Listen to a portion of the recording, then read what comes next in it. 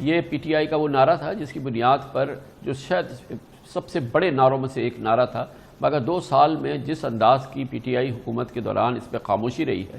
اور میں کہہ سکتا ہوں کہ زیرو پیش رفت ہوئی ہے، یہ تو بہت بڑی تشویش کی بات ہونی چاہیے عمران خان صاحب کے لیے، آپ سب کے لیے۔ دیکھیں بالکل آپ کی بات صحیح ہے، جو میرا خیال ہے کہ سب سے بڑی پولیٹیکل غلطی جو ہم نے کی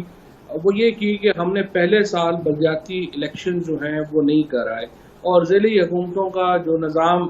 تھا، اور ہمیں اس میں بہت تجربے کی ضرورت نہیں تھی، جو مشرف صاحب کا نظام بنایا ہوا تھا وہ بہت کامیاب نظام تھا، اور اس نظام کو ہمیں بہت زیادہ اس میں جو براہ راست الیکشن والی ایک بات تھی تحصیل میں وہ لا کے، میری ذاتی رائے یہ ہے کہ ہمیں اس پہ چلا جانا چاہیے تھا۔ بہرحال وہ ایک بڑی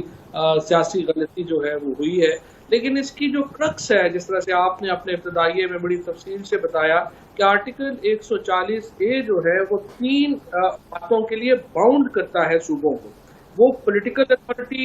ڈسٹرکٹس کو ڈیوالو کریں گے، وہ ایڈمنسٹریٹو اتھارٹی ڈیوالو کریں گے، اور وہ فائنینشیل اتھارٹی ڈیوالو کریں گے۔ اب یہ فائنینشیل اتھارٹی جو ہے یہ پروونشل فائنانس کمیشن کے ذریعے ڈیوالو ہوتی ہے، اور یہ دیکھیے اتنا بڑا اختیار ہے چیف منسٹرز کا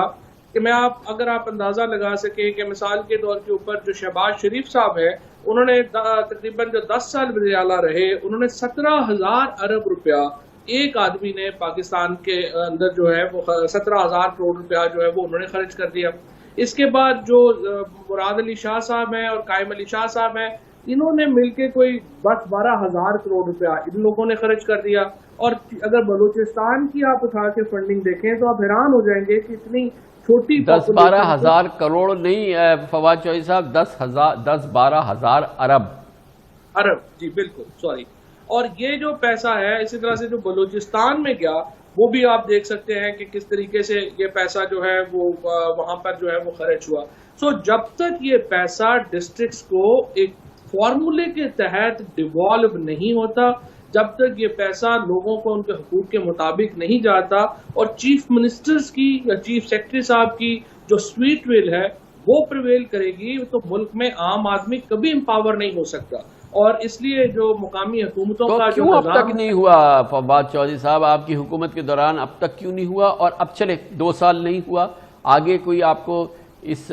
اندھیری سرنگ کے آخر میں کوئی روشنی نظر آ رہی ہے کہ اب اس پہ عمل ہو 140A پہ؟ اب تو NFC جو ہے وہ ایک بڑا امپورٹنٹ سبجیکٹ آ گیا ہے، اس کو تو کسی نہ کسی صورت میں حل کرنا ہی پڑے گا نا۔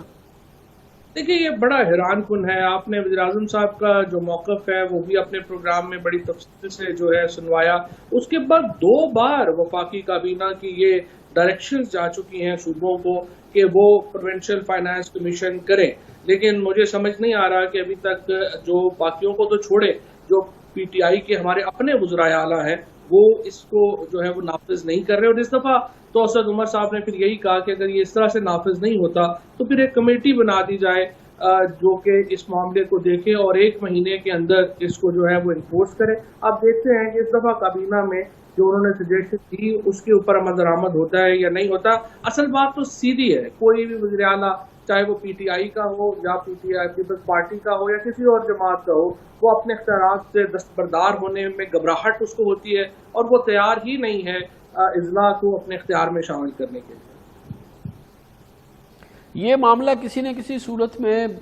عدالت عظمیٰ سپریم کورٹ میں بھی موجود ہے نا، یہ تو چیلنج ہو چکے ہیں، اس سے ریلیٹڈ معاملات اور یہ معاملات پینڈنگ ہیں۔ شاید اگر سپیریئر کورٹ کی ڈائریکشن آ جائے پھر شاید یہ مسئلہ حل ہو۔ دیکھیں سپریم کورٹ تو ظاہر ہے کہ آرٹیکل 140A کے اوپر عمل درآمد کرانا سپریم کورٹ کی ایک بنیادی ذمہ داری ہے، آئین کے اوپر عمل درآمد کرانا سپریم کورٹ کی ایک بنیادی ذمہ داری ہے، لیکن سوال یہ پیدا ہوتا ہے کہ پھر جو حکومتیں ہیں، جو کابینہ ہے اور جو صوبائی حکومتیں ہیں، وہ اپنی ذمہ داری ادا کیوں نہ کریں، اور بجائے اس کے کہ ہر کام جو ہے وہ ہم عدالتوں کے اوپر اور اداروں کے اوپر چھوڑیں کہ وہ کہیں گے تو ہوگا۔ یہ کچھ کام جو ہے وہ پالیٹیشنز کو اور حکومتوں کو خود بھی تو کرنے چاہیے۔ اب اگر آپ پچھلی اینول ڈیولپمنٹ پروگرام پہ آپ نے سندھ کی بات کی، آپ کراچی کی تو بات آپ نے کی ہے، میں آپ کو ایک اور ڈسٹرکٹ کی مثال دینا چاہتا ہوں، گھوٹکی، جو ایک بہت بڑا گیس کا جو سارا آپ کا سندھ کا ریونیو ہے وہ گھوٹکی سے آتا ہے، اور گھوٹکی کی تو پیرس ہونا چاہیے، لیکن حقیقت یہ ہے کہ گھوٹکی کے اوپر تو فیصلہ نہیں لگ رہا. اسی طرح سے جو پنجاب میں اگر آپ دیکھیں تو صرف پچھلے سال کی آپ اپنے ریسرچرز کو کہیے کہ اینول ڈیولپمنٹ پروگرام اٹھا کے دیکھیں اور وہ حیران ہو جائیں گے کہ کس طرح صرف ایک ضلع کو پورے باقی پنجاب کے تمام اضلاع سے زیادہ فنڈ جو ہے وہ مل گئے. اب یہ تو پھر ایک بالکل ہی ایک مضحکہ خیز بات ہے. تو یہ تو بہت ہی سیریس بات آپ نے کی ہے کہ آپ پرائم منسٹر اس کا نوٹس لے رہے ہیں، کیونکہ ظاہر ہے کہ یہ تو پھر عثمان بزدار صاحب کی وہاں حکومت ہے، اور اگر یہ ان کے ضلع کو اتنی بڑی پرائرٹی مل گئی ہے، یہ تو باقی اضلاع کے ساتھ ناانصافی ہے. وہ آپ اپنا اینول ڈیولپمنٹ پروگرام دیکھیں گے تو اس سے آپ کو اندازہ ہوگا کہ کہاں کہ کیسے جو ہے وہ فنڈ کی تقسیم ہوئی. لیکن دیکھیے اصل بات کیا ہے، اصل بات یہ ہے کہ عمران خان صاحب کہ پاکستان کے ہر شہری کو یہ احساس ہونا چاہیے کہ پاکستان کے وسائل میں اس کا جو حصہ ہے، اس کی جو قدر کی جا رہی ہے وہ برابر کی جا رہی ہے، اور وفاق کی طرف سے اور صوبے کی طرف سے اس کے حق کے وسعت کو ڈسکریمنیشن نہیں کی جا رہی. یہ احساس اسی صورت میں پیدا ہوگا جب پروونشل فائنانس کمیشن ایوارڈ ہوگا اور ڈسٹرکٹس جو ہیں وہ اپنے حصے کا ان کو جو شیئر ہے وہ ملے گا. دیکھیے میں اپنے علاقے کو ریپرزینٹ کرتا ہوں،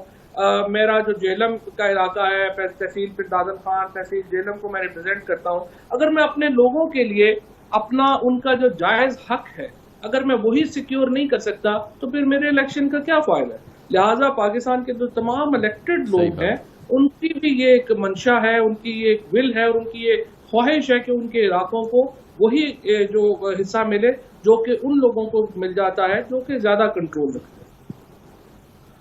تھینک یو سو مچ، بہت بہت شکریہ جناب فواد چودھری. بہت ہی امپورٹنٹ باتیں کر رہے تھے. پروونشل فائنانس کمیشن نہیں بن رہا، نیشنل فائنانس کمیشن پہ بہت شور ہے.